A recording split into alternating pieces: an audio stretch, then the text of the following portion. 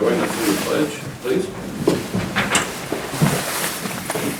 I pledge allegiance to the flag of the United States of America and to the republic for which it stands, one nation, under God, indivisible, with liberty and justice for all. Thank you. Melanie, our board, any changes or additions to the agenda at this time? None from Nothing, everything's good. Okay, our 9:01 time by service pins. I'd like to thank Jake Greer. He's not here right now, but he helped start getting this implemented a few years back. So I'm going to list off the people that are getting service pins, and then I will, because some of them won't be here, and then I will let the department heads or elected officials at the time do the presentation. So our 10-year, we have Stephen Gainey in our jail. He's not here. Mary O'Sullivan, which will be here tomorrow, Brian Getty, and Karen Smith. And our 15 years is Nikki Owls, Paul Howell, Dustin Hahn, and Casey Lehman. And so I'm going to turn it over to Jay to do the 15-year.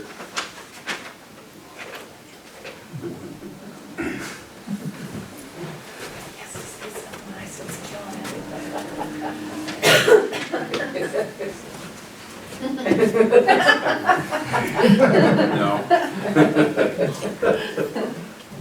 Truly, to have been here 15 years is quite an accomplishment. You think about the administration she's worked with, the commissioners she's worked with, all the turnover is so costly here. Nikki does so much for us. We appreciate her more than I can express. I appreciate her more than I can express. when I started working here, my number's 1428 and we're at 1823. And that's how many people that I've done flipping payroll. It's a lot of people, a lot of years. Yeah. Anyways, Thanks, Jay. appreciate you. Thank you.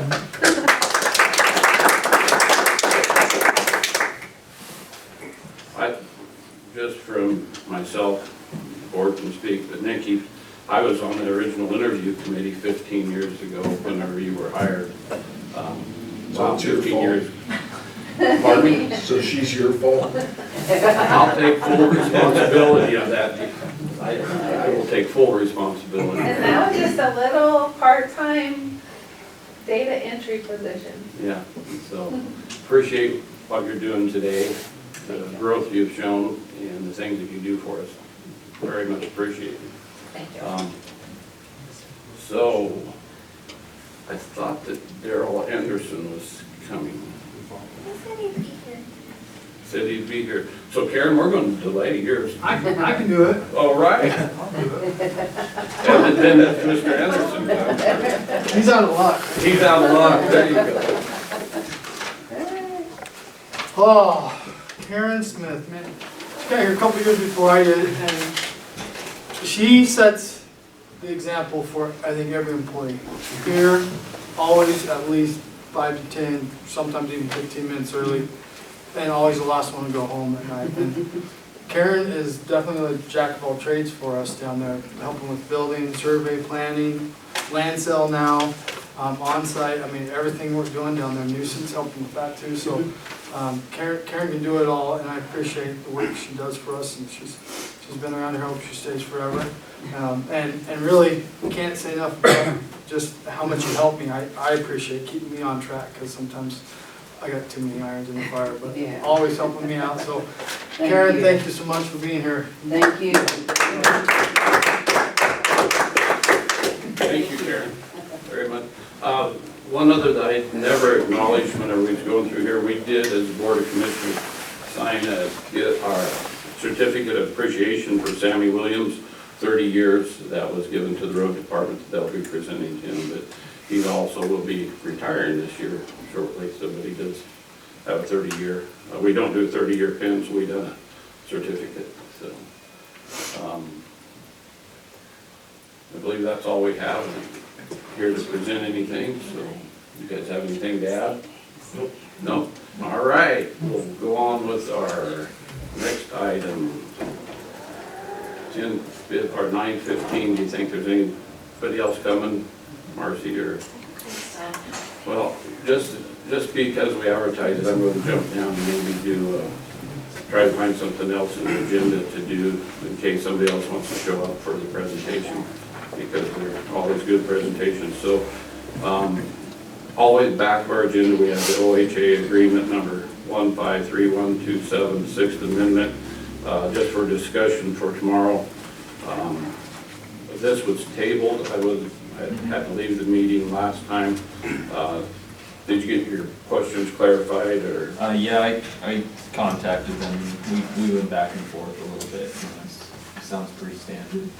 Yeah, that. So, but when I first wrote them, I asked, so give me a call anytime. And he called me back, and he actually told me he wasn't even sure what it was. He didn't understand it. He had to get a hold of someone else to explain it to him, because he's just the guy that sends these out. But we went back and forth a little bit and finally got a hold of someone that could answer the question, so it was good. Good. Just for past history, one year we had 36, I believe, amendments, and a lot of times they find money and add money to it. This one here looks like the amount was exactly the same from the previous year, the $22,694.48 for this next year. So it's have funding is the way I see it there. Is that what they explained to you too? There was some other things, and we went into quite a lot of detail, but we won't need to go into that for a discussion. Okay, so for tomorrow, we'll be fine for action? Absolutely, yeah. Okay. So, 5 more minutes.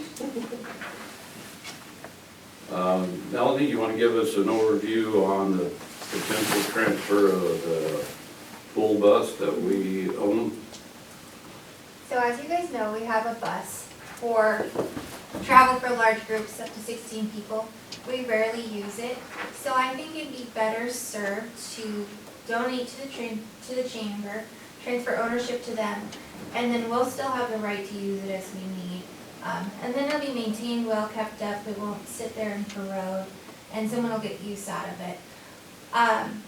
And they're completely on board with it. I ran it by the vehicle committee, they're on board with it, so I think it'd be good for the community, and it would be great not to have the liability of the service maintenance and stuff that we already have, so I think it's a win-win. Yeah, this bus was one of the special transportation that we purchased, 3 years ago, I think, or maybe 2014. 5 years ago. Mhm. And so we haven't utilized it a whole lot. And it's a pretty good year, when the vehicle committee talked about this, it's a pretty good year with the 100th year celebration for the roundup, and where the chamber does a lot of running around and everything. So it's for action tomorrow. But you guys have questions or concerns or? For me, I think it's a great idea. Yeah, Melanie and I, we talked, and we discussed the possibilities of, maybe if they wanted to take on do the actual servicing and everything, because we weren't sure what condition it had been and if it had been started up recently, but I think it's, that was something that we could, I just wanted to discuss the possibilities of them actually doing the servicing, to make sure that it starts up and everything goes good and through that. But like Melanie suggested, just to make sure before we change hands, goes over there, we take care of that, so we know it's good, just as something needs to be. And that was the vehicle committee, we had that discussion, and it was sort of my recommendation too, is we need to make sure that it's in condition. We don't want to give them something That's not going to worth cost it. them more money Yeah. than it's worth. So I believe, as long as the board agrees to it, is we have it checked out, make sure that everything's operable and. No, I think it's a great idea. I hate to see something sitting there and not being used, so. Okay, perfect, so we'll carry that on until tomorrow for decision, and we're close enough, we're going to ask the ladies to come up for the watershed presentation. LCUWS. I'll go ahead and give you our action plan for 2018, or this is kind of our annual report on what we completed. Thank you. Thank you. You bet. Okay. All right, and Melanie's just click on the right side and it'll move forward. Okay. Do you wanna join us? What's that? First of all, I want to definitely thank you for your time and consideration of listening to our report as far as what the Lake County Watershed Councils are all about and who we are. And I'm Marcy Schrader with the Watershed Council. This is Brandy Snyder, and Brandy just started working for us the 1st of January, so we're very excited to have her on board. Welcome as our- aboard, Brandy. Yeah, fantastic addition. So besides that, we're a very small staff. It's Brandy and I, and Colleen Withers works part-time for us. She does our fiscal management and our bookkeeping, and also is our education specialist. So we have a really great group of gals. Because we have 2 new commissioners, I wanted to take a little bit of time just to talk about who we are and what we do, because we're kind of an unusual group. So definitely, let's see if we can get this to move forward. Okay.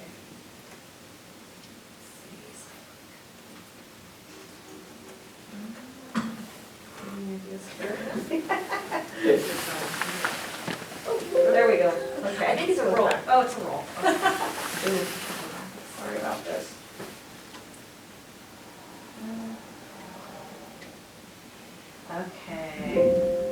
Okay. First of all, let's talk a little bit about our mission as a Watershed Council. So we're a nonprofit organization, and our group is really out here in Lake County to represent the people, to promote cooperative watershed restoration across jurisdictional boundaries, and to better Lake County's watersheds and people. So to talk about a little bit where we started.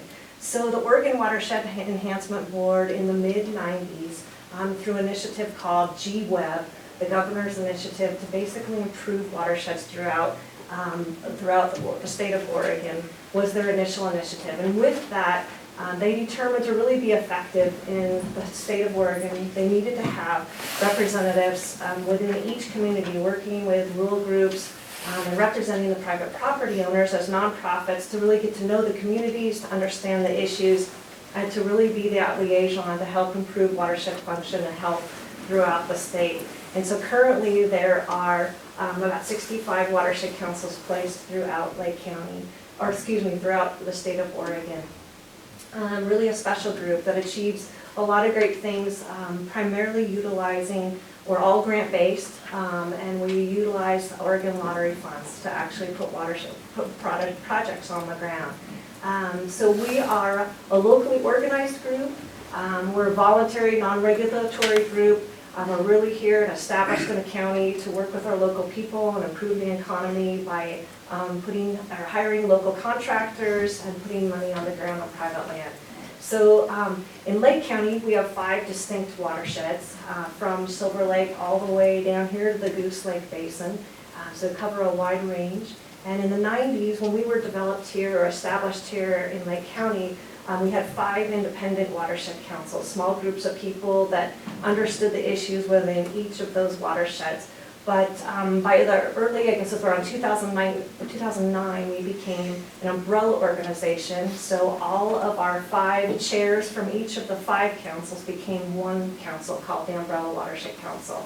And we became a nonprofit at that time as well too. So that was 2009. Our current board members, which we've had a great history with board members ever since I started in 2005, they have been very consistent throughout the county and passing their chair position on down to the next generation, which has been really great to us. So we have a really great local generational based board. Currently it's Tom O'Leary who represents the Silver Lake Community Watershed.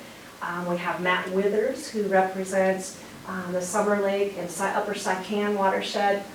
Jack O'Leary is brand new to us, and actually he represents the Upper Shiwakan. Roger Linton represents the whole Crooked Creek watershed.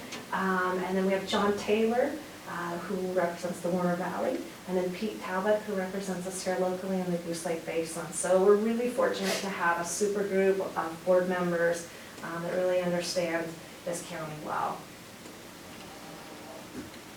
Okay, and like I said, 5 unique councils, or unique basins. We now actually cover the whole entire county, so we can put projects on and any property through it countywide. Keep going on right here. So what do we really do? So watershed councils, like I said, we represent the private property owner, but a big part of our job is to work jurisdictionally across boundaries. So we work with all kinds of organizations, federal, state, local government throughout the county to establish quality projects and get those on the ground. So often, as you know, you need to look at a project, for instance, like the North Warren Forest Health, where you can't just have spotty projects here or there. You need a good landscape scale project that's going to have an effective impact on across the landscape.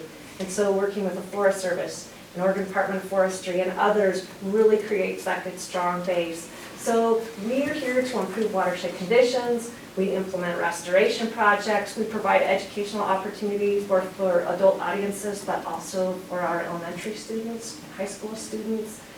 We monitor the effectiveness of our projects for usually 3 to 5 years after we complete a project. We conduct watershed assessments and conduct landowner outreach. We collaborate, like I said, with lots of partners, and we provide opportunities for local contractors. We try to hire and purchase supplies as much as we can here locally. And if not here, definitely within the state of Oregon. So just to talk a little bit about this last year, on an average for us, we put, well, I'd say for the last 5 years, we've had at least $800,000 placed on the ground within our communities on private land. So that was all based on individual different projects that we were able to complete for property owners. And we worked with 15 different contractors here in the county, put them to work at different times for restoration projects. And then so you can kind of see the breakdown of where some of that money was placed versus restoration, forest health, and then also in supplies. For this upcoming year, for 2019, or for this current year, we have over $1 million already secured in planned projects. And it's actually more than that, which I'll talk about here in the near future, but we're just getting a big project started. It's actually a $6 million effort over the next 6 years. So some of the challenges and management considerations that we've found here in this county, we are all about really working with our partners to have a good understanding of what are our limiting factors as far as our natural resources go in Lake County. And we work off of good assessments, watershed analysis, and also that collaboration. And I think you're very aware of a lot of these issues that we all face. You know, we have desert fish, passage and habitat. So we've got really unique fish in this county. Some of them, we have 2 listed endangered species in the county, the Warner sucker being one of those, which is a big focal area for us. Red band trout are everywhere, and then they're just a sensitive species, but we have a lot of native species that are really unique. And so that's kind of an interesting concept for us here, and something that we're always managing for. Stream temperatures and stream channel instability is a common issue we find. Forest health, our upland issues and geoper encroachment is another. Catastrophic fire is a concern. Drought, of course, not this year, but in other years, we've had that issue. Of course, the sage grouse, rangelands and riparian areas, noxious weed issues, wetlands and water birds, and mule deer habitat. So those are our primary issues that we're looking at. And also, a lot of our money is driven by a lot of these factors throughout the state. So we tie a lot of our projects back to these kinds of things. So our goal is really to improve restoration practices, our restoration practices, so that issues are improved or resolved. And our restoration that we put on the ground has to be long-lasting and flexible, especially when you're working on a private property. You want that project to be something that really works for people and has a value that lasts for a long time. It doesn't require a lot of maintenance. There we go. As you know, Lake County is extremely diverse. This is definitely something that I know I love about this county. You have a high desert system for the unique species for sure, but we also have these beautiful conifer forests and meadows, wetlands. I mean, it's an incredible county. And so we tend to, where a lot of watershed councils throughout Oregon are very focused on streams and very focused on fish, we really consider ourselves as a holistic council that looks at everything. There's a huge trickle-down effect. And I think we really have to look at the top of our watershed all the way down to the bottom of our watershed to make an impact. And so I think that makes us unique. And I think we really, as a group, stand behind working landscapes. We have an incredible ranching community here with generational knowledge that's amazing, second to none, very special. And so people enjoy the land we have. And I think that's always a value we can help come in and work with property owners to help improve that landscape for them, but also to promote those working landscapes. So very important to my board, or our board. Multiple benefits too when we put projects on the ground. Like I said, working landscapes, our fisheries, our wetland, waterfowl, we're in the Sonic region. So we have thousands of migrating waterfowl that pass through Lake County and nest and rear and brood chicks here in the county. And our flood irrigated pastures make that extremely unique here. With that flood irrigated pasture, it mimics exactly what those water birds need. So that's something that we definitely promote, is that flood irrigated effort, and also backs up and helps these native species here. Obviously the mule deer and the sage grouse as well. So the Oregon Watershed Enhancement Board has set up priorities throughout the state. There's actually 6 current priorities throughout the state that a lot of their funding comes from, or what they focus on. And a good majority of our funding comes through them. So we're very fortunate. Here in Lake County, we actually fit into 4 of those categories. And so a lot of our projects are considered high priority to the Oregon Watershed Enhancement Board. So we are able to actually put a lot of projects on the ground due to that. And that would be your aquatic habitat for native species, your dry type forest habitats, your sagebrush steppe, and your closed basin wetland systems. Like I mentioned earlier, quality plan is followed by action. It's really important to us to have a good plan in place, but to also follow it with action. I think we can plan ourselves to death, but we always need to follow it up with something that puts action on the ground. I mean, that's really what it's all about. And our board is very supportive, and that's their main focus. We have very little overhead. Most everything we do goes right to the ground. So it's something I think we all feel very good about. We also try to promote this whole ridgetop to ridgetop concept. Like I said, we look at things more holistically. So I think when you're looking at a lot of our projects, for instance, this is Crooked Creek, we're doing a lot of work from way up in those uplands on the forest all the way down to the water bodies, and we're able to do complete a crossover, and that trickle down effect is pretty amazing. We're starting to see some neat changes through these watersheds as we have worked through this effort. I'm going to walk through some specific projects for each watershed that we completed in 2018 and talk a little bit about those. This is a project, and these are all private land projects here. This is a project on Camp Creek. It's a stream bank stabilization project. We added large wood here and rock and some additional vegetation, some riparian fencing. This has turned out to be a really neat project for this property owner, where water flowed all over this landscape. But this really helped capture some control both for irrigation, but also to prevent some of the head cutting. Because there was so much water flowing through the meadows, there was some head cutting occurring through those meadows. We were able to stabilize a lot of those conditions for this property owner. We've also been, and Brad's been hearing about Thomas Creek for many years, starting actually clear back in 2008. We started working with 12 property owners at that time to start addressing a lot of erosion issues they were having on their stream. Thomas Creek was channelized in the 1940s. Which then meant, when you look at a map, you can actually see 90-degree corners almost on every bend. Was causing a huge amount of erosion. People were losing a couple feet of land every year with high flows. And so with that channelization, we were able to start working with folks individually and develop projects for all of them.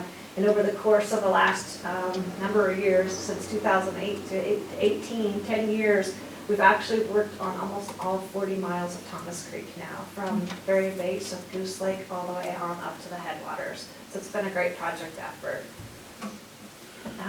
We also completed up in Thomas Creek a spring development project and a riparian fencing project to go along with some of those efforts.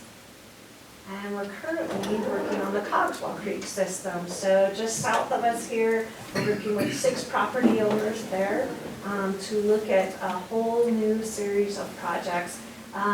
This, you can see here, this is kind of the before the projects are initiated, they'll start here this summer. But we have a series of old dilapidated irrigation structures, diversions. One, they prevent passage for fish to go upstream, to migrate upstream, but they also just don't function really well for the property owners anymore. So we're looking at actually a bridge replacement here at this culvert. We'll have all new diversion structure here on this upper picture of these upper two. So new diversion structures will be very much more efficient, but also provide passage. So we like to think of these projects as win-win for the property owner, and also then the conservation practice protects the property owner down the road.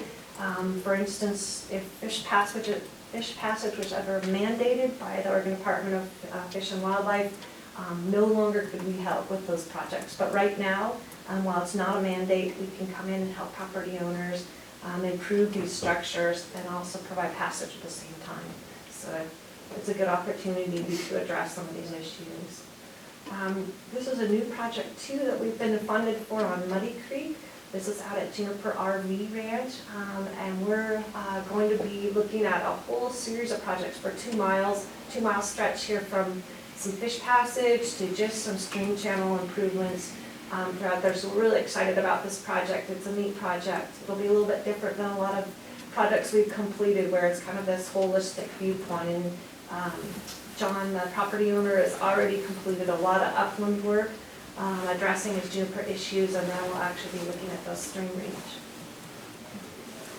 We'll also be providing fish passage here at this structure. This is way down at the tail end of Thomas Creek, a project that was completed about 20 years ago, became a little bit obsolete, doesn't function real well, so we're going to be improving this site as well for fish passage. This is another project that involves out on the west side as well. It's actually going to involve Cox Creek, Bowers Creek, Thomas Creek, and Camp Creek, all 4 stream systems. And as you can see from this drone footage, the stream has completely lost its way over the course of the years. We have a lot of channel head cutting. It's actually starting to destroy this big meadow system here that's about a 600-acre pasture. We have just multiple issues, and so we're working with 4 different property owners to go in and do a complete stream restoration effort on about 4 miles of stream. So we're really excited about this opportunity. And you can see a little bit on this bottom picture here where there's a section, part of the project, you can see a fence going up the middle. And on the left side, we've completed restoration work on that side, and on the right side we have not. And so you can definitely, even though this was taken in the fall, you can still see a pretty big difference in condition. So hopefully in the near future, we'll improve that entire system. We also completed several juniper enhancement projects. So this project was actually out on the west side as well. It was a juniper, the juniper had encroached all through this aspen stand and all throughout this property owner's property. This is actually the 3rd phase that we've completed for him of removing juniper from his property. It's really starting to look fantastic. So improving the grass and forb condition for livestock, so we're having more grass growth, but also for wildlife as well, and maintaining these aspen stands.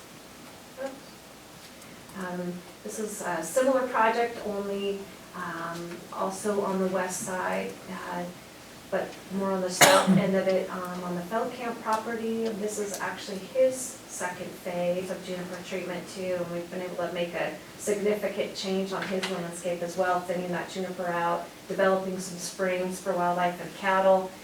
So it's been a great project.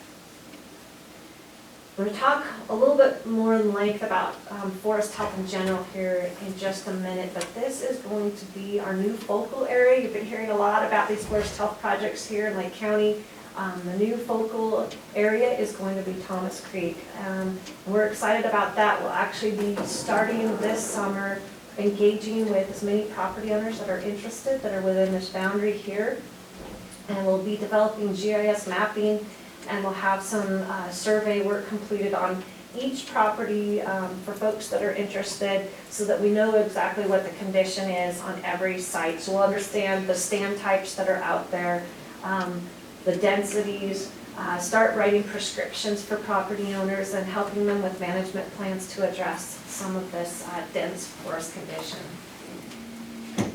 So moving into the Warner Valley watershed. This is a really exciting effort for us. Warner Valley, as you know, is such a unique place. Important streams out there, neat country, great property owners. This has been an effort. The Warner Basin Aquatic Habitat Partnership came together about 5 years ago. Each of us locally are working kind of independently out in the Warner watershed. Myself, SWCD, Justin Farrell, Jimmy Liao with the BLM, Rich Pizek with the Forest Service, Justin Miles, ODF and W, and U.S. Fish and Wildlife folks from Bend, from our region. And then, of course, our local water districts.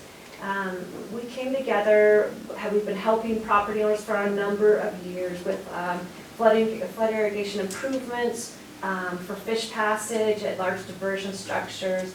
And when we came together 5 years ago, we decided we could be much more effective. Also, there is the known water sucker there, so it's an endangered species. And that puts extra pressure on private landowners when you have an endangered species. There's always folks looking over, looking into the stream, monitoring what's going on with the species, and even though it's just a sucker fish, it's still considered important statewide. And so as a group, we started to look at 20 Mile, Honey Creek, and Deep Creek. Those are the three stream systems where water sucker thrive. And working with all those different folks, about 5 years ago, we started to complete one project at a time. We knew there were about 15 different irrigation barriers through there. And our overall goal was really to look at species recovery. How can we in the future delist the species so it's no longer a threat and that it's thriving again? So just this last year, we actually applied as a group to the Oregon Watershed Enhancement Board for a focused investment project. We were awarded that project in the fall, in November. And that will help us continue our efforts to complete each. We have 10 more projects left at this point between the three stream systems. And in the next 6 years, we'll achieve that goal by improving the irrigation infrastructure, but also providing fish passage. We've been awarded $6 million to do this project. It'll be a biennium. Each biennium will be granted $2 million to actually go in and work with each of these property owners along these three stream stretches. So it's a really exciting effort for all of us, and our end result, like I said, we're really hoping for species recovery. So that's the goal. So desert fish have really unique life histories, and I'm going to show you a few pictures of some of the projects we've completed and then where we're going with all of this. So flow extremes, as we know, looking at conditions out there right now, we go from really low flows in the fall, where there's hardly any water in our streams, to really flashy flows in the springtime. And you can see actually over here to the far right, that picture is on 20 Mile Creek, and it was flowing at 8,000 CFS. So a lot of water. So that makes it difficult to both develop these kinds of projects because you have to contend with flows, but also meet the swimming extremes of these different fish. And What time of year was that? That was spring, so that was like Yeah. April. I think that was taken in April. So yeah, it's a pretty interesting interesting conditions. These will be a variety of methods that we'll be using for these projects. Everything from a ladder here up on the top to rock ramps, which are the little rock structures you see, to bypass channels. There's a whole series of different methods that we'll be utilizing. And these are a couple of the projects we've actually working on currently and completing on 20 Mile Creek. We started with that stream system. You can see up above in the top corner, it's the old MC Dam that's up there, and we're not actually removing that dam, but we are providing passage down on through here. So we actually, for the irrigators, we improved their catwalk for safety and operation of their diversion structure. We also put in a new headgate system for them to utilize for operating water, and then with that, we also placed a bypass channel so that fish could navigate around the head gates and the diversion during the summer season when, the stop logs are in place and there's no flow. Replaced a couple of culverts as well. And we're currently just finishing up phase 1 on the Deep Creek Town diversion. Again, upper top corner was the project we started with. We have now replaced their whole head gate system there for irrigation, flood irrigation purposes. We've made it much safer, it should be much more efficient. And with that, we will also then have fish passage, and that is going to be constructed this fall, and it'll be something called a rock ramp, and you can see the design below here. It's basically a series of rock that you build up within the stream that builds the stream elevation up, and so fish can pass on through. So all the way around, it should be a much better project for both the irrigators there, but also then provide that passage for water sucker. So is that like a rock fish ladder almost? We like these because they're extremely easy to maintain. There's relatively nothing that has to be done. Maybe 10 years down the road, a rock may have to be shifted here or there, but we'll be putting really large rock into the system, mixed with a matrix of other sizes of rocks that will help build that table up. So it's a method we really are coming to like very well. What's the length of that? It's 250 feet long. Yeah, and sucker have no jump height, they can't jump at all, so that's part of the reason we have to have really, specific measures for passage, yeah. So, jumping into the North Warner Forest Health Project.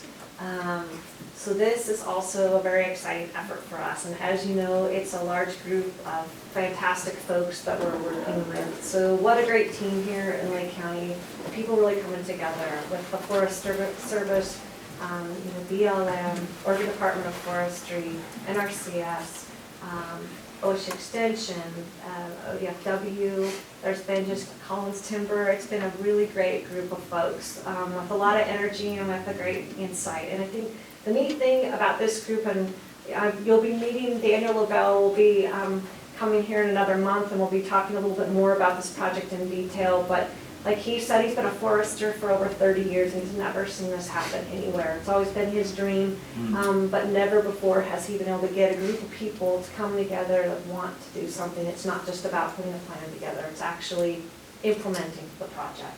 So it's been great for the Watershed Council. We're just one of the partners, but we have been able to help facilitate quite a bit of the funding that we've actually gone after through grants with the Oregon Watershed Enhancement Board and others. So this is the project area. So I think you guys are all familiar with this. It's about a 450,000 acre area. The focal area was identified by the Forest Service initially due to a number of different things, conditions, the way the winds blow. It saw a number of different things, the density as far as the old legacy ponderosa pine and just bark beetle. I mean, there's numerous issues within this whole area. So when we take that whole area, when we really narrow it down to what needs to be treated, we're looking at about 50,000 acres on the Forest Service and about 30,000 acres on private land. What's great about Lake County is even on 30,000 acres, we're really only looking at about 25 to 30 landowners. So people own large chunks of land, which is very helpful. And we've had, folks have been very interested in this project, so it's been very positive. So the whole reason behind this is, like I stated, there's several issues within our forests and our uplands, but the whole goal is to really create these resilient landscapes that are not going to be as prone to catastrophic fire. And as we know, we're seeing nationwide, these fires get bigger and bigger. There's been some obviously horrible incidences in the last couple of years with Paradise and other areas that have been totally burned out, and it should be a wake-up call to all of us. And we know fires have been suppressed for many, many years, and it's going to take a long time, if ever we can catch up with this. But we have to start somewhere, and that's what we're trying to do, is jump in and do something. So to date, we've actually completed, the Forest Service has completed 23,000 acres of implementation. on private acres utilizing the Oregon Watershed Enhancement Board dollars through the Watershed Council and NRCS through the Joint Chiefs. We've been able to treat 5,000 acres. We'll be treating another 5,000 this season, between this season and 2020. So we are going to continue to try to achieve all of these acres by the time we're done with this project. So we continue to push the buttons to search for, dollars to implement these projects. And that's been the unique thing, is we actually have the money to go in and the expertise with this group to help each property owner plan really good projects and then actually hire the contractors and get the job done. So we'll be following these treatments with they're all either slash piled or individual piles. We'll be burning those first, and with the future goal of starting to add more prescribed fire. Red Rock should really be a tool for managing these type of things. We're hoping so. Because the private lands that are in qualified and private lands should be able to build a private partnership there for, maybe it can help accelerate some of these projects, hopefully. We're hopeful. We have met with them several times, so we're trying to collaborate on Casey Johnson's meeting with them again today, which is great. I think there's going to need to be a lot of organization, and the timber can only be on the ground for a certain period of time before it's useful to Red Rock. So some of those things we're still trying to figure out, and actually who is going to be taking those logs from the private land to their plant is still another piece of the puzzle we're trying to put together. Really, So- probably would be chipped out on site. is Chipped all out that- on site? Yeah, that's, Okay. and about 40% moisture is what, 30–40% is in the rain.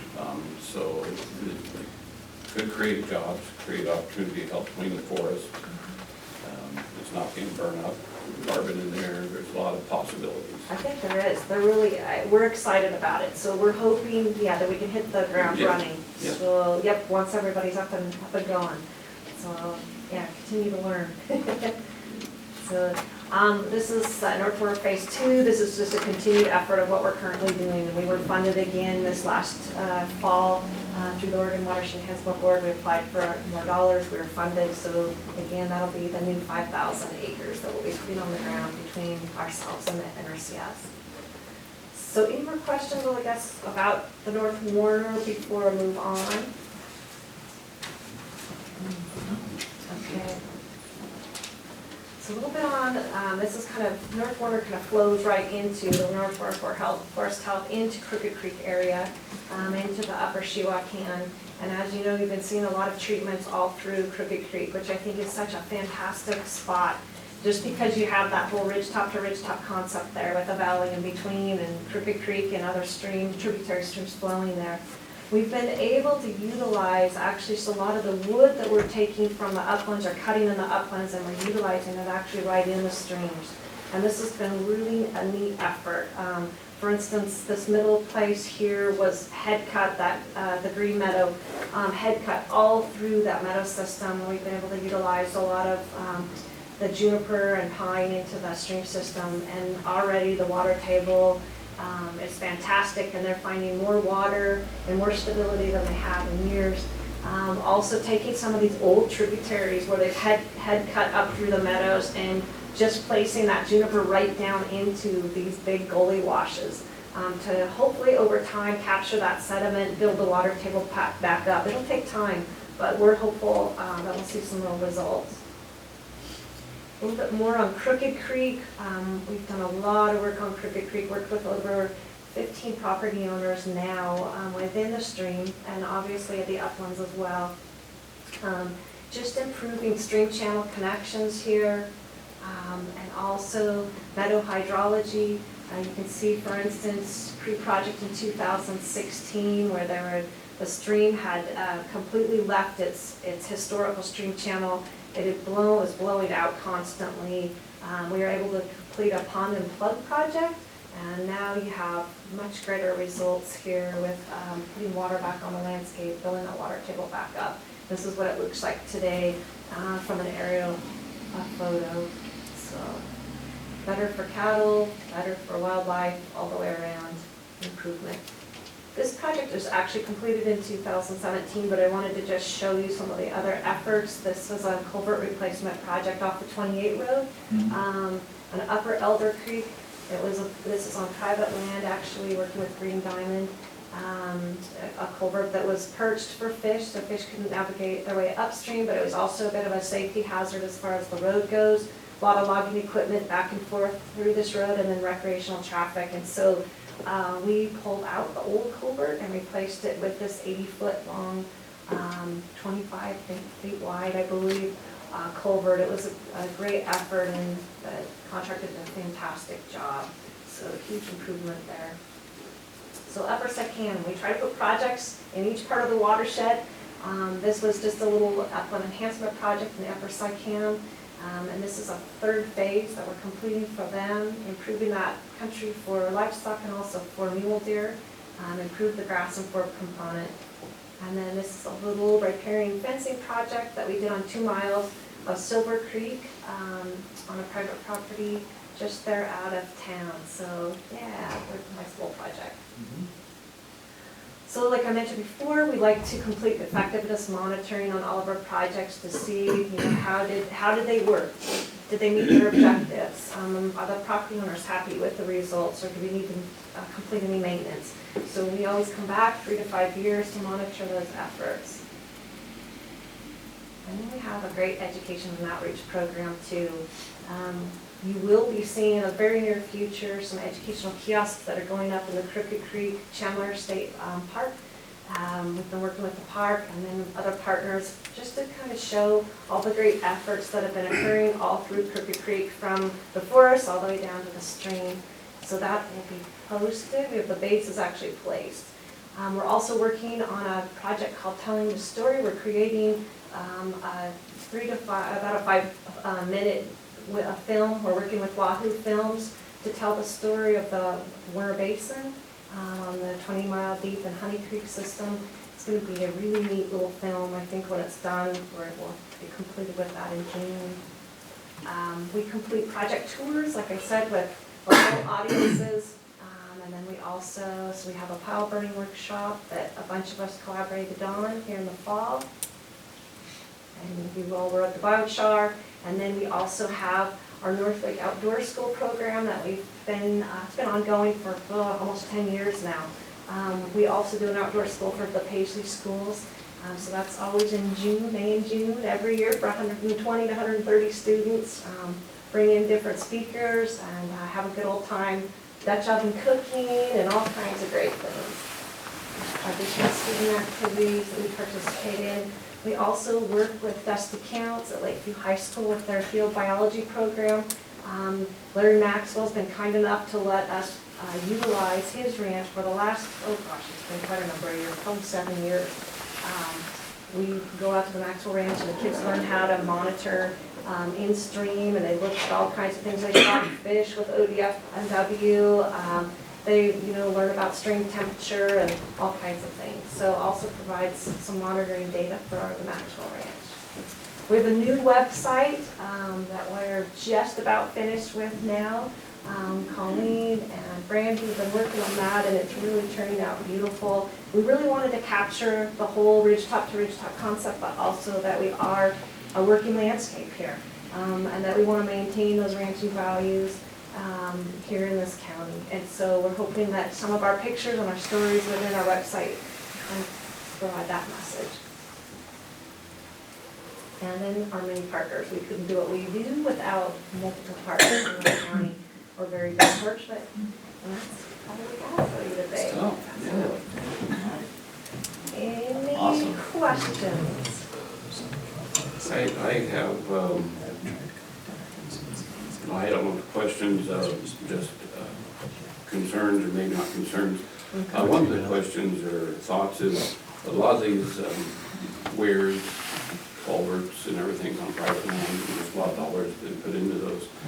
What's the responsibility of the landowner to maintain them and keep them in good condition so that 20 years from now they don't need to be completely replaced again? Is there agreements in place? You know, after we are completed with the project after several years, that it does become the responsibility of the property owner. However, if it is a catastrophic event or it's a maintenance issue, we've been really good about going back and making sure that something functions as it should and that we can help with that. And we can't see that far down the road, 10 or 20 years, and we try to provide the very best technology designs that we can. We hire really good engineers to do that work, and it is a huge improvement from what they had. So they are definitely gaining a lot right up front with those, but we do not want those to become maintenance issues, you're right, for property owners. We do our very best, but we can't guarantee. We're a nonprofit organization and we do the best we can to come back and try to maintain. And I would say a lot of these projects after the first couple of years, you do need to go back and look at because things do change. Absolutely. And I feel that's still our role within those first few years to make sure things are functioning as best that they can. Yeah. And so it does become the property owner's responsibility. It does. Mhm. Okay. There's so many great things you guys are doing. So a bit of a concern, and we'll able to talk about this a small amount, but on our BLM lands, there's things going on now, wilderness characteristics, 1.6 million acres, that I believe, as a cooperating agency, we can only talk about so much right now, but I have concerns of that impacting the good work onto the private landowners. If the private landowners are doing all this and the federal government could be possibly limiting the amount of access to work on upstream or downstream, I have a concern. They're a great partner for you guys, but I have a bit of a concern for the future as there's 1.6 million acres on the inventory list that has wilderness characteristics that can be limited entry and other things. So I would encourage you to make sure that you let them know administratively you need to still be able to access those riparian areas with watersheds. So just maybe a letter That's an of excellent point. something like that to the BLM that while they're in this process, we need to keep that partnership going very strong. We do, you're right. And I think you're right, we have to be selective and we have to be communicative. I know there's a lot of concern with this whole process right now, and then how it will actually have a trickle-down effect on our property owners and the town as a whole. Yes, absolutely. So, Great suggestion, though, with the letter. yeah, I think anything right now that can go into the record would be very helpful. And if that needs to come through the Board of Commissioners, we can make that happen also.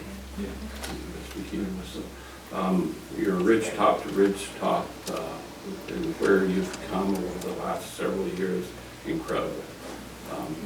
The forest health, as you talked about that, and the impact on watersheds and how important that is, and the catastrophic fires and everything that happen out there.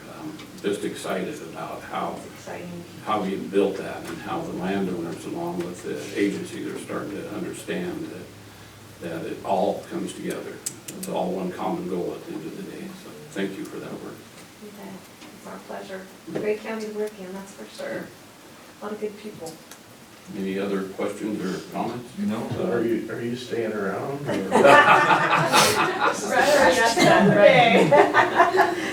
Well, as you know, yeah, we don't have a final answer yet.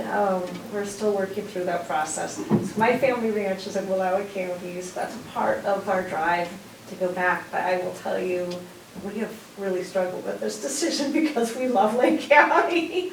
So it has not been easy. Really tough for Pete and I. Yeah, that's where our kids have been raised, and as you know, such phenomenal people. And it's been a great place to raise kids. And we have some of the best friends we've ever had, and we both love our jobs. So it is a pull, I'll tell you what. We will know here, we're trying to make this decision within the next month, because we know it has to be. Yeah. So with that, I'd like to welcome Brandy aboard, and maybe Brandy, you ought to give a little background. I know quite a bit about you for years, but give a little background for everybody. Well, I was born here in Lakeview, and I was, I'm a Lake County local. Went to school in the west side when it was kindergarten through 8th grade and graduated high school. I went away to college and I was a teacher for 14 years. 1 year up in Milton Free Water. I taught middle school science up there, and then I came back here. In my summers, I worked for the BLM on the fire crew for 8 seasons. In between teaching middle school science, 7th and 8th grade here, and then about 2 years ago, I don't know what happened, but something said, you know, it's either, I don't know, I didn't want to leave teaching necessarily and get out completely, but I needed a change for my family, I think my personal life, and could never find that balance. And so, yeah, I'm very fortunate now. I kept wondering and asking, gosh, what is next for me?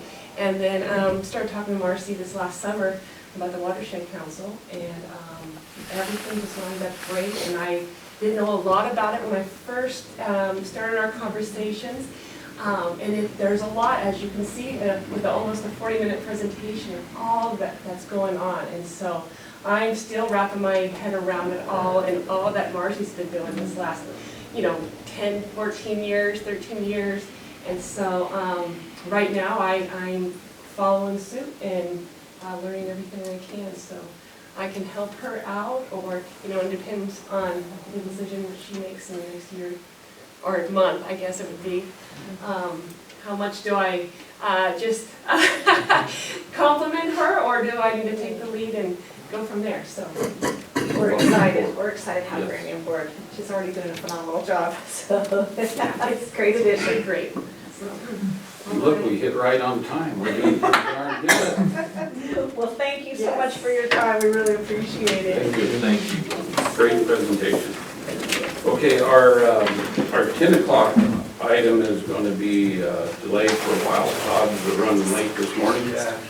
So we're going to jump right on down our agenda. Kevin Hawk is up next with the first thing you have, Kevin, is rock purchase. Morning. Good morning. Good morning, Kevin.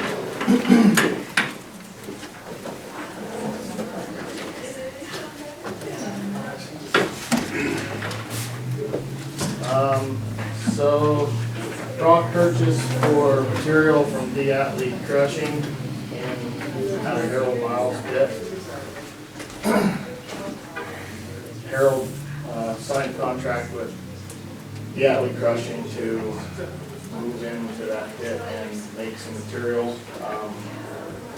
We would like to add on to that contract for 12,500 tons of graded medium chip rock, which is the size that we'd like to use, 3/8 to 4, and 4,000 ton 3/4 inch minus from D. Atlee Crushing. In this case, we'll purchase the aggregate made from D. Atlee, but Harold would like, historically, the county paid for the royalty by the cubic yards of tons. So that's the dollar amount, 25,320. Should probably put not to exceed there. That would be the top dollar amount. So it would be $258,320, not to exceed. And I think the second page, if you guys have it, is the graded medium chips spec, and then the language that we used on similar rock contracts where we had it on. This is for chip rock for 2021 and 2022, which would include Fort Rock Highway, some of Arrow Gap, and some of Silver Lake Routes, Bear Flat, and so in the future plans. Yeah, so it comes out at $16.96 a ton for the chip rock, and that's going from 1/4 tin up to half inch cord, half inch down to. Yeah, the half is 100% passing, but the majority of the material is 3/8. That's what we're looking for, is 3/8 down to 4, and that's upgraded medium chip, so.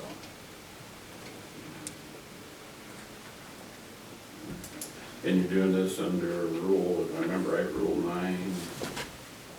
Yep, for the evaluation criteria, these materials meeting Lake County specific needs for quality, location, price, quality control. Again, similar to past contracts that we've done with private landowners that hire a contractor to come in and work for a crusher, be able to use this material right out of their pit and have no additional cost of transfer for cost and storage and significant cost savings to the county to do so. Okay, we'll have it on for action. Other questions in there? Action tomorrow? No, sounds Does good. anybody have, you got any questions? All right, landfill operation hours, Kevin. Wanted to talk today a little bit about the landfill. Some of the issues that are coming up with employee recruitment and employee retention. Proposed, which I assume is attached, a schedule that I believe helps the landfill with some of those employee retention problems and also balances the public, the contractors, and the employee retention issues that we've been discussing. The schedule will allow for time in the work schedule to complete additional tasks. So receiving garbage at the landfill and burying garbage is a big portion of what we do, but not necessarily the biggest. And having time during that work week to prep the road to the working phase, as soon as we get some weather here that's conducive to function on dry ground. We have sediment controls that need to be fixed up. There's a lot of extra work that goes along with just burying the garbage. So I wanted to talk about some of those things. With the new permit specifically and the cells, there's a lot of erosion and sediment control that are built into that new cell construction by design. So that cell is going to be dug down into the ground and there will need to be constant maintenance of water control measures to allow that water to come out of those cells but be filtered prior to getting into any of our discharge. And those facilities, especially when they're new, will constantly be needing to be maintained. There's rock filters, there's some sediment bags, and there's some other things that are constant maintenance items so that we can fulfill our duties to the stormwater control plan. With the schedule that we have now, we need to have 2 employees on site all the time. We need another person to hire on so that we can fulfill all of the complements so that when we have these things come up, we can work on them. And these additional duties can be done by the landfill structure itself. The road department has in the past supported the landfill in dirt moving, and it will when we start the new cells. There's a transfer budgeted, as you all know, for the closure of the existing cell and the construction of the new. And that cost gets paid back to the road department for that work, and it has to be supported that way. 3 employees could never, control and create the new cells and cap the old, so we have to do it that way. But once that work is done, there still is consistent and constant maintenance of all of those systems that have to be the structure of the landfill in its sole entity. This schedule allows for time needed for additional equipment maintenance. One of the keys to having, we just spent a lot of money and invested a lot of money in brand new equipment, as you know.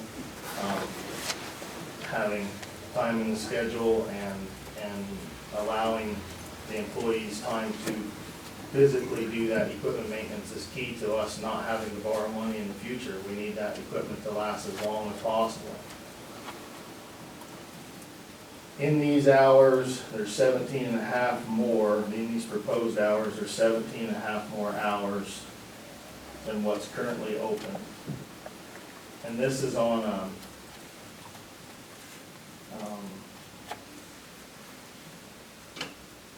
looking at the days when the majority of the people come in, Monday is probably the slowest day for the landfill. There's not typically a whole lot of people that come in on Monday.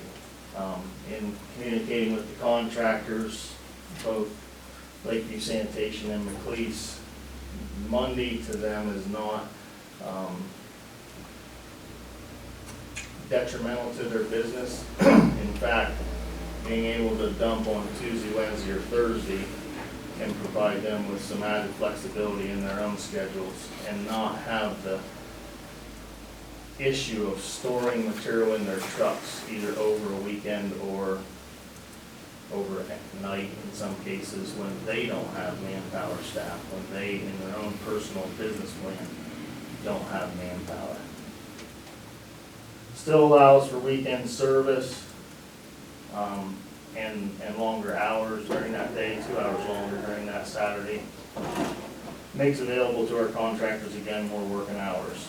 And I wasn't here then, but Wednesdays was added at some point to allow for the bulk and volume of the material for those contractors to not have to store that much material, solid waste. They had to have an outlet for that. We try to generally dump our trailers and work on the working face on that commercial day, on that Wednesday. And I would say that we luck out 30% of the time with not having enough wind that we can't actually do it that day. And I think there's actually a lot of times where we have to transfer the contractors into the building, so we end up moving that material twice because it's a fixed Wednesday. We pull tarps back, there's 60 by 100 tarps, and there's a lot of things that go into just being able to dump on the working face. But when the wind and rain is taking place on Wednesday, even in our operations plan, that's the specifics for that building to be utilized. Having those Tuesday, Wednesday, Thursday open to the contractor also allows us some flexibility in what day we dump on the working face to maximize the efficiency and the lowest possible cost to the landfill to do that work. We certainly don't want to dump garbage on the working face fixed on one day so that we have to pick litter for 2 days after that because the wind's blowing. When we took on the landfill and kind of matched up the current hours with the schedule of holidays, which I thought I had here, but there's quite a few, I want to say 4 or 5 that are fixed holidays. Martin Luther King Day, President's Day, Memorial Day, Labor Day, and I believe Veterans Day floats. It's not fixed on Monday, but we had some coordination issues at first with contractors because of those days off and those holidays. So these proposed hours were an attempt to manage around those concerns as well. And then I just wanted to talk about one of the other issues that goes along with the proposed hours. Key to the successful landfill is having employees who take ownership. This landfill is too important to this community. I think you can all agree with that. I know Commissioner Winters has spent a great deal of time managing DEQ relationships and pushing for the ability to have solid waste disposed of right here in this county.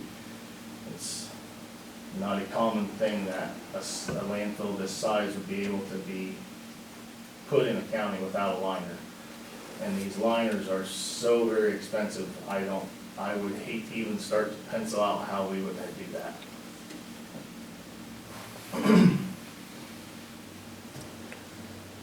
Allowing the cleanliness and ability to manage the permitting and to not fall short and be non-compliant. Very, very important. To a lot of folks going to the landfill, they're just simply wanting to get rid of whatever they have in the back of their pickup or in the trunk of their car.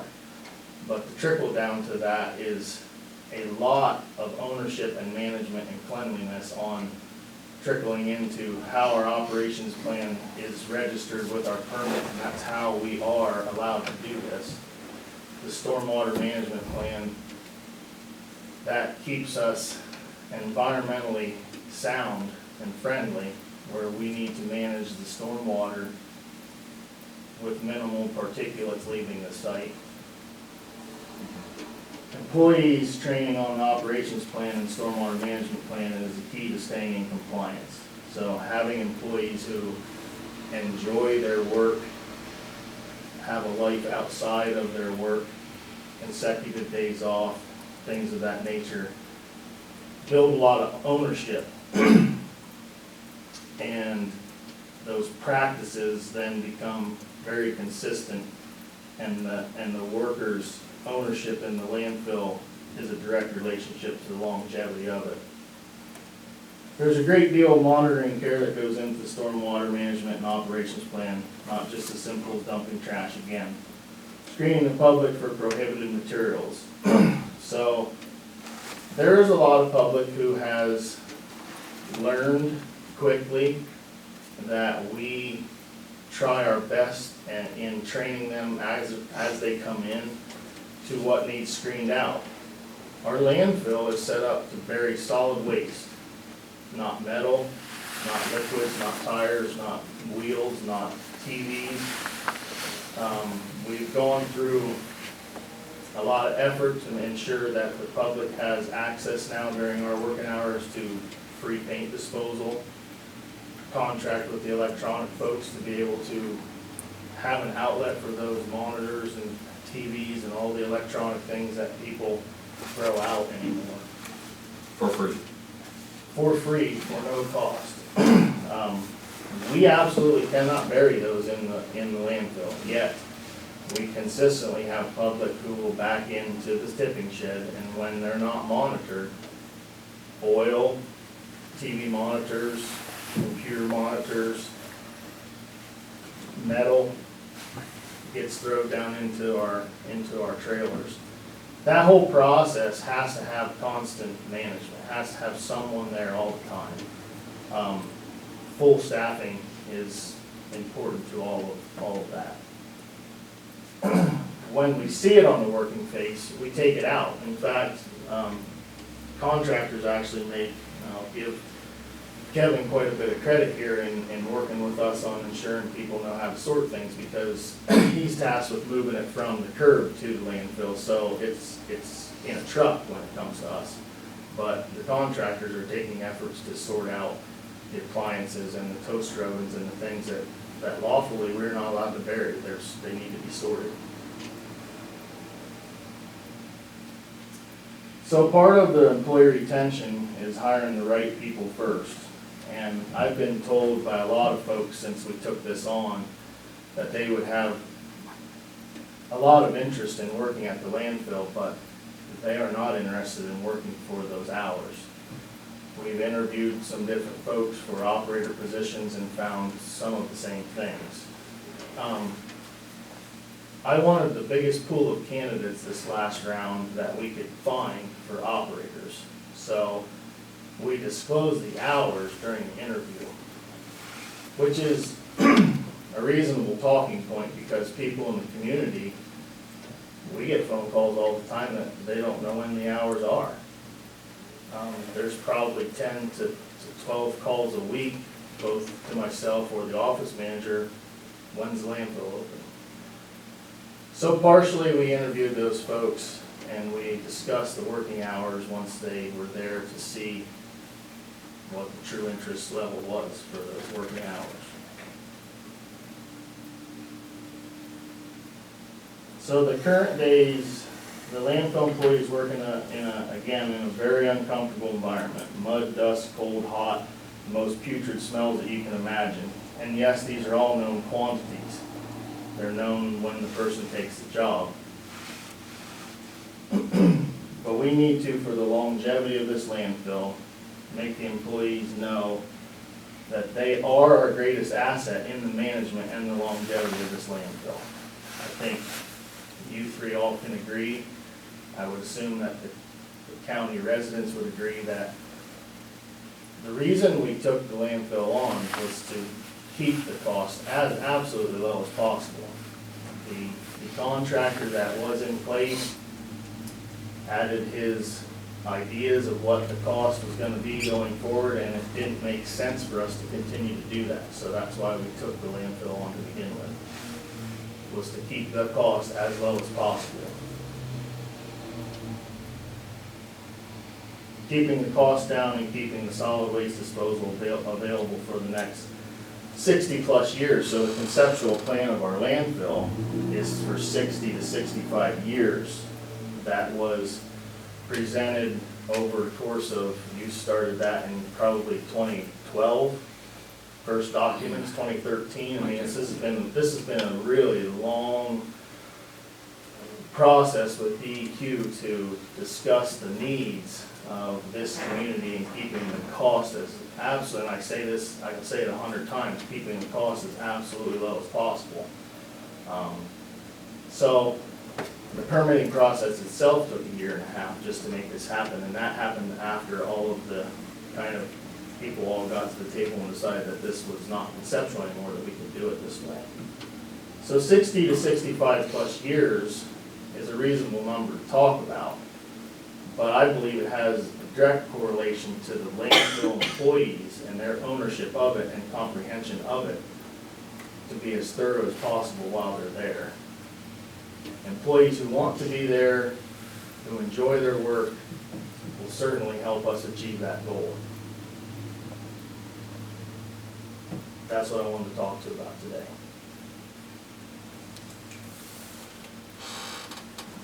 Any questions?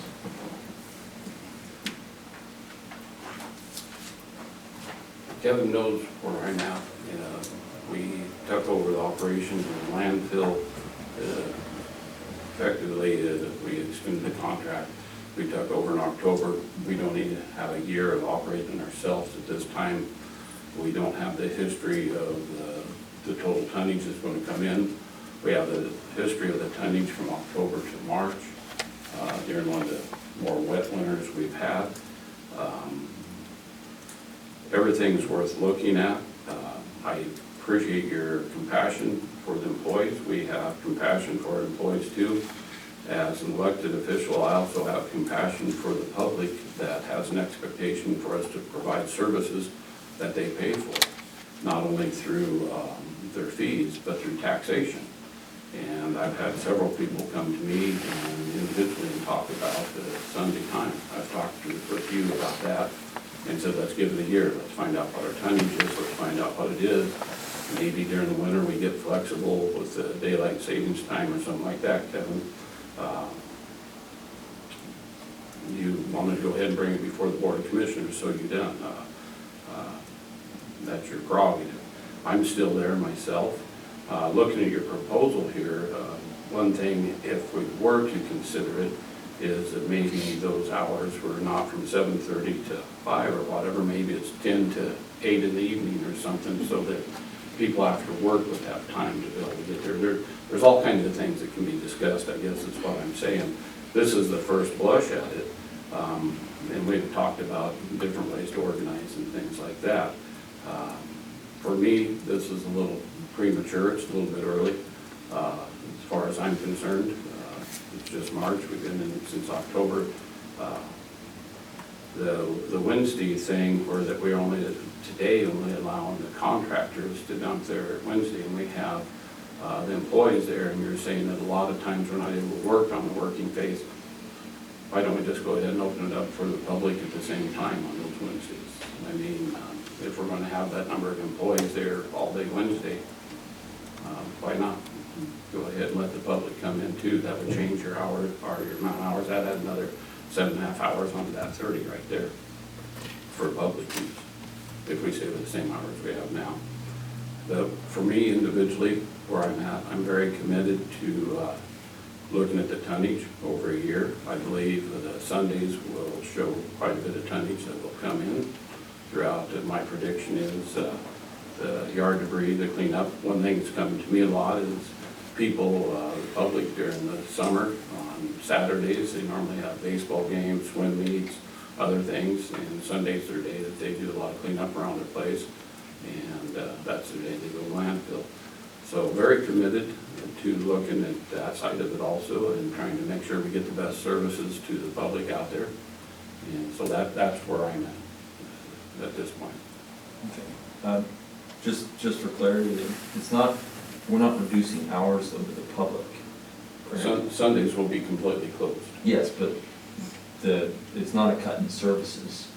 Well, I mean, on Sundays it would be, yes. but those hours would be open to the public the rest of the week, correct? Oh, yes, yeah. Yeah. Yeah, it's open, we can see it right there, it's open till Yeah. from 7 to 5. Do you think that would you like a day or a couple days during the week that it would be open a little bit later perhaps? Right now, I think we leave it where it's at. We get a year's worth of time, get the documentation, there's a projection of the tonnage that will come in. We'll be able to see within the summer what the tonnage looks like. No, I'm just curious what, if you think that it should stay later, because right now the public only has access till 4 PM. Right. And with the new hours, it go to 5 PM. Do you think one of those days ought to be a little bit later? Like if That- we did take I Sunday off, brought that up as that's a like possibility. a suggestion, yeah. There's possibilities because of a lot of people's work time is 8 to 5. So you're gonna take a Sunday away from them. They're still working at the time it's going to open a lot of them. Hired people and everything can get there because they're not working, but generally most people get off anywhere from 4 to 5 in the afternoon. And they'll still be open on Saturdays though. Yes. Correct, so they'll still have the weekend, but I understand that some people do have games and different things, but just for clarity's sake, I was just kind of curious, because I was looking at it and seeing that, it is open a little bit later for each one of those days, and commercial would have access to it as well. Yeah. We have to Perhaps balance throughout the week. commercial, we have to balance the public sector. There's a lot of things here that we represent as a board of commissioners, not only the commercial side of it, which has really grown here, but also the private side, So what I'm hearing is, public side. I think Sundays are the main issue. Do you have an issue with Monday, or as far as the Monday closure? For the commercial side, if Sundays were still open, the only way that Monday, if we eliminated Monday, is to be open Tuesday. If I don't speak for the contractors, for the commercial side of it, but they have to be able to offer, or else they'd have to work Sundays. If Mondays were closed, then But if the commercial has access to it through Tuesday, Wednesday, Thursday, and Friday, they'd be able to dump on even a Friday and not have their garbage in their truck, and so they wouldn't probably need access to it on a Monday as much. right. Yes. Okay. But that would, by Kevin's schedule, then you'd have to close Sunday. Yes, the Sunday would, but if folks have already dumped their garbage on that Friday prior, For the they wouldn't have that Thursday and Friday where. For the commercial side. For the commercial side, I would. commercial side, it fits very well. Yeah. Just curious. So this is what I think. I think the county has done a great job at developing jobs around the county where the county itself is going to have to be creative to retain employees, because Red Rock and the Forest Service is hiring 51 employees. We're gonna have to be creative. When I worked at the jail was on 12-hour shifts, and they were brutal. The thing that kept the retention of the jail is your days off, and they're consecutive. So I think the county needs to step up and hire an extra person. And where you have a total of 4 employees at the landfill, counting the manager of the landfill. And I have made a little deal of how your hours would work, and the numbers are people, okay? And so they work 4/10s, off 3 consecutive days. Mondays it's closed. The dump is closed. Every other day it's open.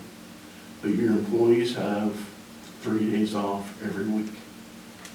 And so as you see on here, everybody's got Mondays off. There's 2 employees with Sundays off every week. And there's 2 employees with Tuesdays off every week. There's 1 or 2 days on the whole, and this is an 8-week calendar. And so the landfill manager will have to fill in on certain days. But there's only like 2 days where he would have to, or she would have to be there in an 8-week period that isn't consecutive days off. And so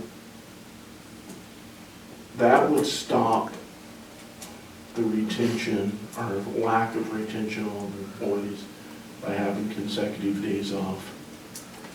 We still can keep the landfill open on Sundays, close it on Mondays. So I think that's what the county, that's my personal opinion of what the county needs to do.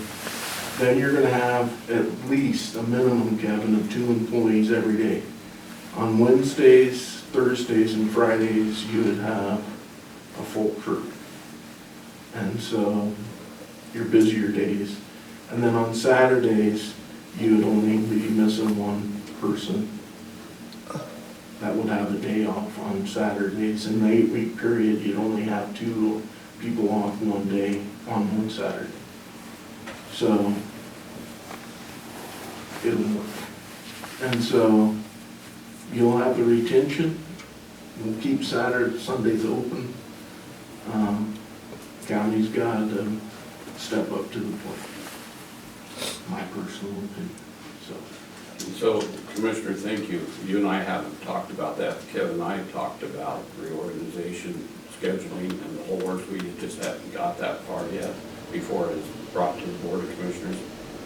Thank you. That's exactly the direction that Kevin and I had talked a little bit the other day. There's some uniqueness, bringing on the extra person, and the uniqueness of the operation, being in compliance, and being able to get the things done. But I think that's a great starting point to look at. That doesn't only deal with some of the employee concerns, it deals with the private sector and the commercial sector, and it's trying to keep the services there all the way around. And with that, Kevin, your employees would have, they would only work in an 8-week period, or they would have, they'd have 5 Sundays off in an 8-week period, but all of their days off are going to be together no matter what. But 5 of those days are Sundays. And because everybody's got Mondays off. And so it's how the schedule works. And so where you're missing out on Sunday activities, you're gonna have a Saturday off, they'll have almost the same amount of Saturdays off also with that schedule. And so they would have a lot more weekends off, but it'd be just staggered weekends, so. I'm not, I'd be curious to see how much justification there is for having the additional salary attached to that though. Just Well, thinking they off don't. the top of my head. Go ahead. So the justification for having an additional job there, it is there. The problem is that I don't know how the landfill in the idea that we started with pays for that. Okay, this is my thought. So we have to have the additional person because, for one, if somebody calls in sick, if somebody goes on vacation, the way it is now, if they go on vacation or something else comes up, your guys, The way I've it been is- out there twice in the last few weeks. She's been working twice, and you've been out there a couple times working. And so you don't have a floating person, period. And so we have to have that position. And so we talked about a minimum of $5. Just with I haven't got the data because I don't know how many actual dump loads that you have under $5. But if I could get that data, I think just by having a minimum dump fee of $5 would make close to enough to pay for that salary over the period of a year. I'm guessing on that because I don't have that data in front of me. I go out there a lot of times and it's been $4. Well, 2 weeks ago I was out there and it was $2 and something. Would I mind paying $5? But most people will. That's, We can. to make it operate properly, we're not raising the total tonnage, okay? So it's not gonna increase the tonnage for the commercial people. We're not increasing it for everybody else as far as per ton goes. But if we increase a minimum fee of $5, I think we'll get close to that salary of the fourth person. Or at least be a subsidy of that. We're not increasing the tonnage fee, we're increasing the minimum dump fee. And Do any other counties not have a minimum fee? No. not that I'm aware of. What are their minimums? So, Lower than $5? so in researching this, both Christie and I spent a lot of time visiting other landfills. We went to 10 landfills. All of the bordering landfills that we have, and then Multnomah County, Short Mountain Landfill. Crook County is probably the closest in our research of tons, maybe not in population, Prineville has a pretty good population, but in tonnage, it seemed that Crook County was probably as close to what we were doing as we could match a business plan to. Crook County's minimum is $10 for 400 pounds. So when you pull in the scales, you pay $10. If you weigh 400 pounds, it does the math on their rate per ton. Deschutes County is 22. Klamath County minimum, I think, is $6 for 160 pounds. Short Mountains landfill is 12. And they all function that way. On a minimum, and then once whatever that pound is, that magic poundage is, goes into their price per ton. I think Klamath is 76, I think Deschutes is 78, I'm just shooting because I don't have that in front of me, but they are all more than $6 than what we charge per ton. Per ton cost, we don't want to increase that here in this. That was the whole point of doing this, was to keep solid waste disposal as low as possible, because it will reflect through vendor services. So if somebody pulled on our scales using your thought process and they weighed 200 pounds, their bill would be $7. So $5 minimum after 200 pounds reverts back to $70 a ton.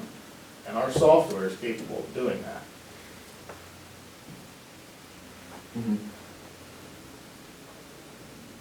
So it's a deal in many cases. Well, we can look at the exact count of people who come in that are less than $5. And I can tell you with reasonable certainty that 80% of those who come in on Sunday are less than $5. 75% that come in on Sunday are less than $5. Now, is the count high? Yeah. But, those are 1 or 2 bag folks that come in on Sunday. Friday and Saturdays are consistent when you look at the data. Friday and Saturday are consistent days. And I'm just trying to match the 3 key elements of this whole deal.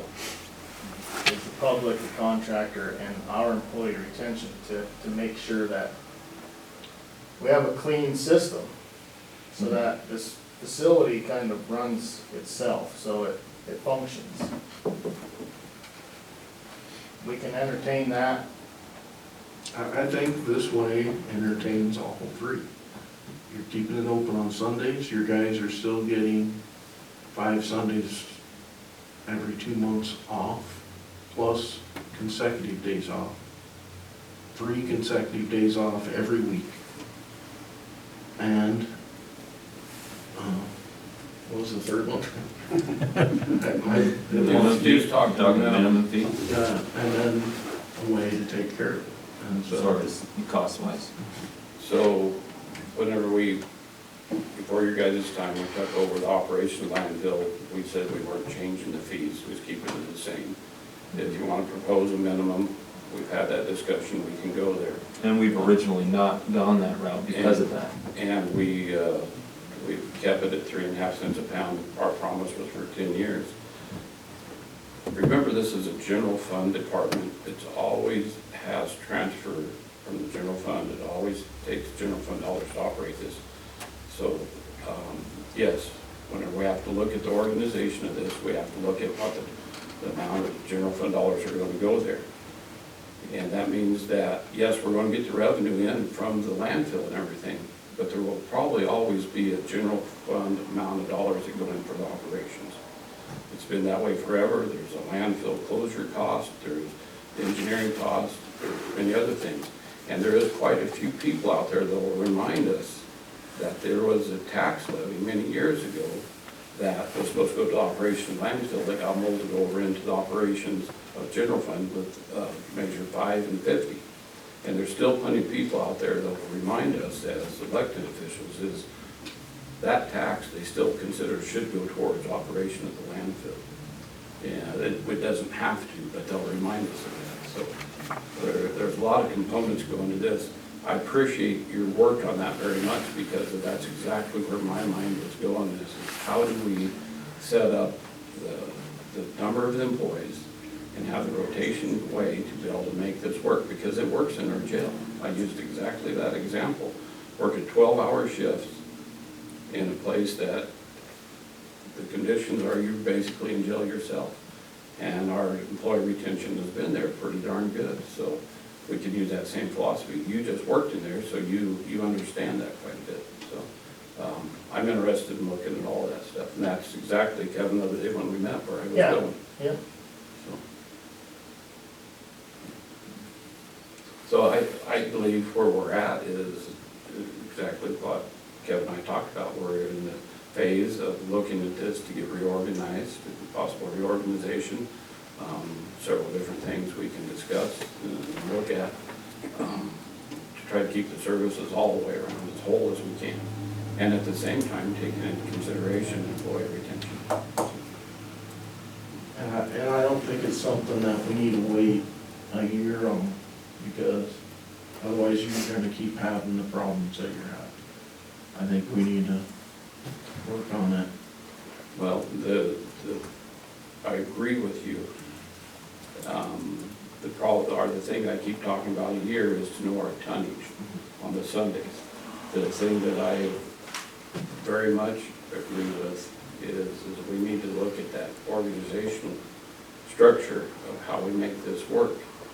And so the sooner the better on the organizational structure. As far as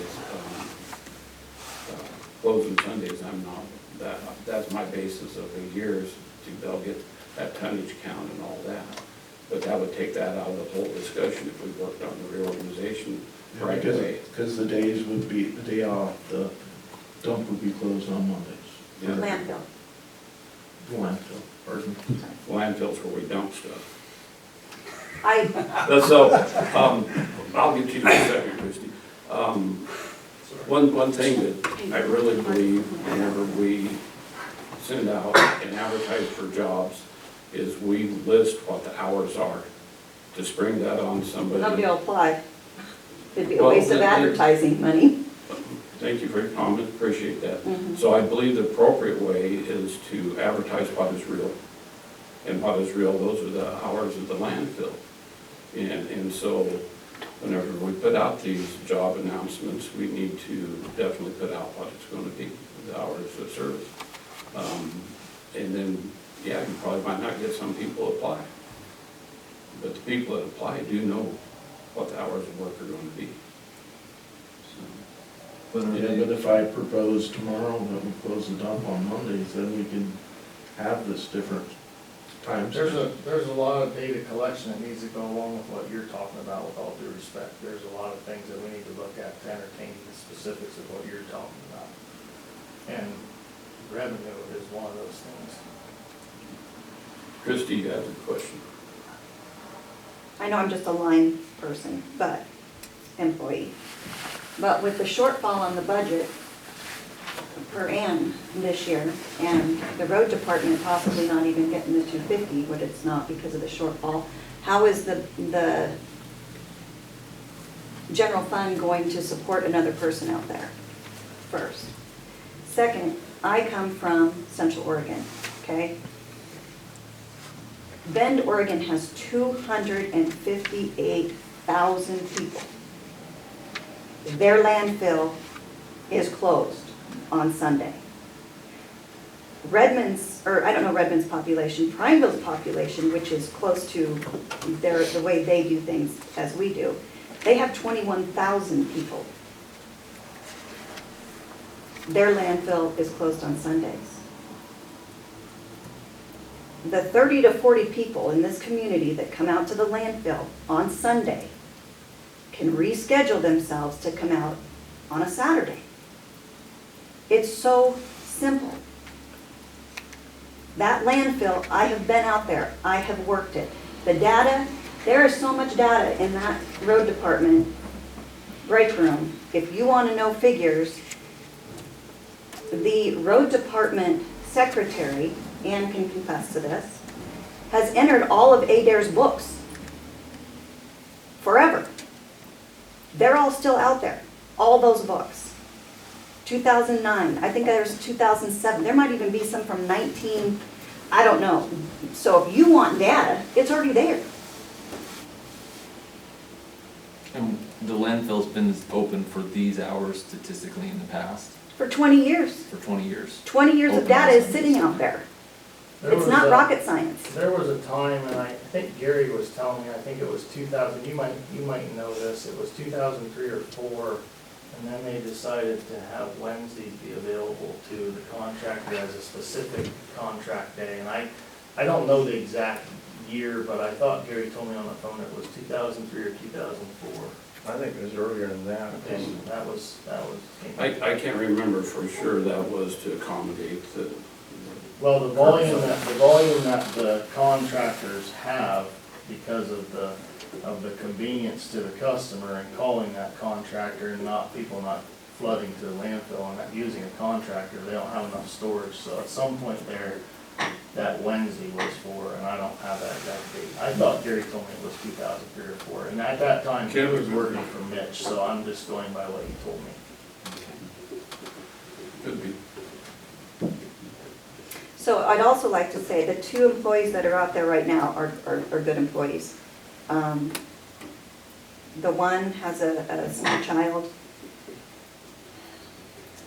If the hours don't get changed to 2 consecutive days where he knows he's gonna have those days off, he's already given notice.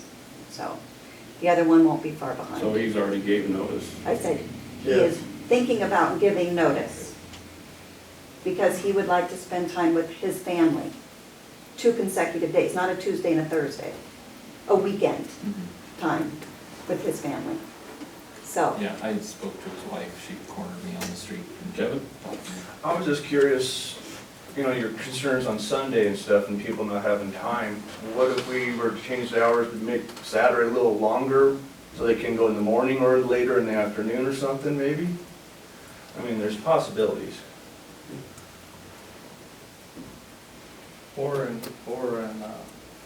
I have 7 to whatever, these encompass employee hours and gate open hours, but, 9 to 6. I think you say 9 to 7. I just throw it out there for Well, discussion. honestly, that's why I'm here, is for the discussion part of it, because this is something that we all need as a service, and right now, the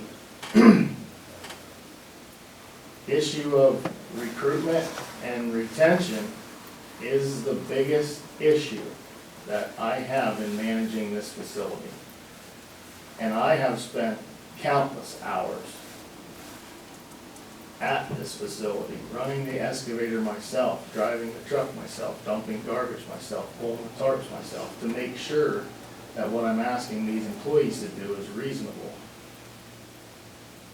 And it's not one person job, none of it. So we have to schedule that so that there's help. That schedule that I proposed offers an avenue for everything that is concerning the landfill at this time. I guess in my closing remarks here, whether the hours are from 10 to 8 at night or 9 to 6 or however we want to do that, the small percentage of regular people that come in on Sunday in the management of the facility and the employee retention issues that I'm facing does not outweigh this need. Thank you. I think some very, and work sessions are for this type of discussions to look at. I'm very interested in seeing the paperwork that Mark, because it addresses, Yeah, I'll get. it addresses a lot of it. It doesn't only keep Sundays open, but it keeps it open 6 days a week, not just 5. So that's quite interesting. And gives them 3 consecutive days off every employee. And so, that's, Well, his was going in the direction of having it closed on Monday, but managing the other 6 days with 4 employees. And so I'm gonna have to get with Mark and decide how we pay for that. How do you take care of when you have an employee that's not there now? Nate, Christy Horn, Kevin Hawk, or Nathan Plain, that's how we take care of it. And so That's my. So that's not gonna work, no matter what, and that's what I'm saying, is no matter what, we need it for. well, there's a cost for that. They have to be paid for working. It gets transferred back. That cost transfers to the road department. There is a But line. the thing, what I'm saying is that it's not working. I hear you. And so we need a 4th employee.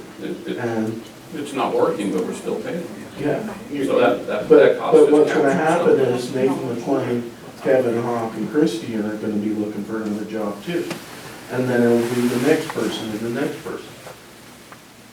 And so if a person can't go have vacation when they wanna have vacation, or if there's a death in the family, or whatever Just the sick. problem is, if we don't have a float person, a number 4 position, it's not gonna work.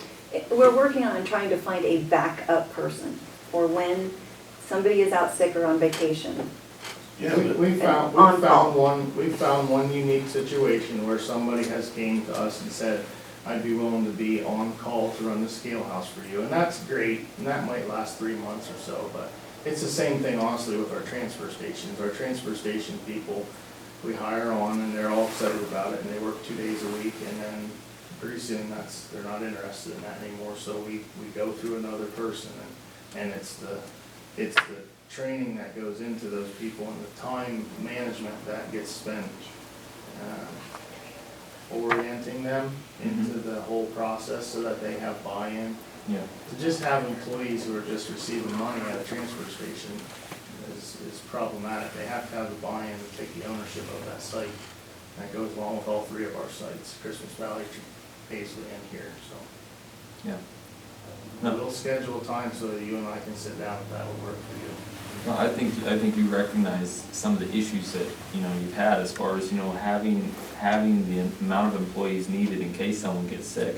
I think you recognize that issue. It's just a matter of, right now, you've been unable to get an additional person based on the hours that you have right now. They don't necessarily want to work But those this would hours. solve that problem. You know what I'm saying is, It's possible, yeah. all we gotta do is close it on them. I think. Then this schedule works. I think what I'm saying, what I was just commenting on though, is just the fact that I think you recognize the issues that you've had with keeping, with keeping the people out there, but not having you personally out there all the time. I think you understand the issues that you're having, but it's not entirely your fault, because if you're dealing with hours that they are right now, like you say, people don't want the job if those are going to be the hours, and they I won't wouldn't want it either. Sure. If I didn't have it, if I 2 got, consecutive days off, heck with no, that. no weekends. What all year. families can want to do that? I'm totally against that. So, but I'm totally against having somebody off too. Shut it. No, I think it's great, and we'll have some discussions and This is- stuff, and I think if you get with Mark, kind of talk about how it's possible to get that paid for, if that's doable, and what that looks like. And you and I will connect too, and we'll just discuss what those options look like as well, so, yeah, that'd be great. Okay. Thanks, Mark. All right, next item Okay, and I is, won't be able to do it today though. I got something to do this afternoon. You guys, can you do it tomorrow morning? But just holler at me. Okay. No. next item, Mr. Berman, backup generator airport.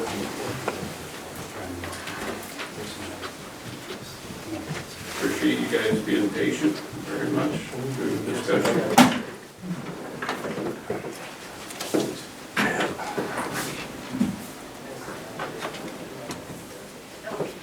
Signed, sealed, delivered.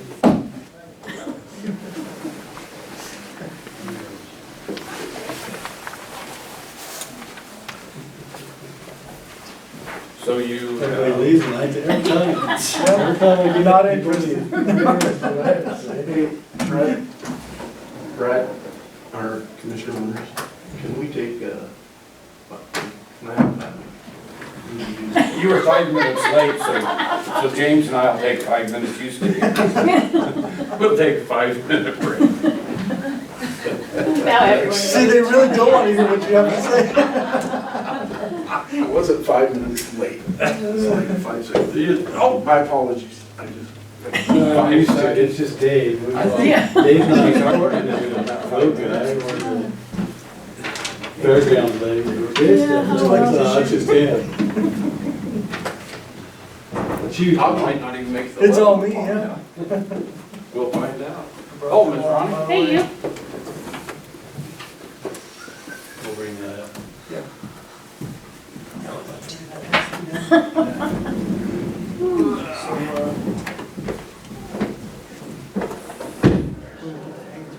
Well, you look pretty snazzy today, because it's meeting day. Yep, Are those your meeting clothes? yep. And I didn't know if I'd have to run over to the hospital later. Why? What's that? All the big wigs are You might down. bring it Oh. up, say, we gotta look at That's some right, hair okay. situation, but Yep, we're gonna do some research. that's right. How much Charlie knows. It's all in presentation. It is, okay, you want my input? You hire? Your input on Yeah, because I didn't want to, See what kind of possibly can Yeah, you did. I I just, Sunday's the only day I can put it up. Okay. I work most Saturdays. And And when I do get I off. don't think I can wait to get paid now, do you? You are paid. And I don't get to the dump Paying minimum before, wage, it's still before that's the less stress. so if they stay open until 8 or 9, Oh, yeah. awesome. They would have to But be I a agree with mandatory you. employee target shooting. As an employee, I wouldn't. We'd have to. They don't have Sunday or Yeah. all year. Okay. Yeah, no, I wouldn't agree with that. I The like only the way they schedule can get on idea. those It's fine, weekends. well, Yeah. he brings calls. Yeah, he Oh, brings yeah. calls. That's exactly what they're doing right now. Sure. None of them are Yeah, this kind of. Yeah, oh no, I totally get that. That makes perfect sense. We don't have no list of But you know bids. what,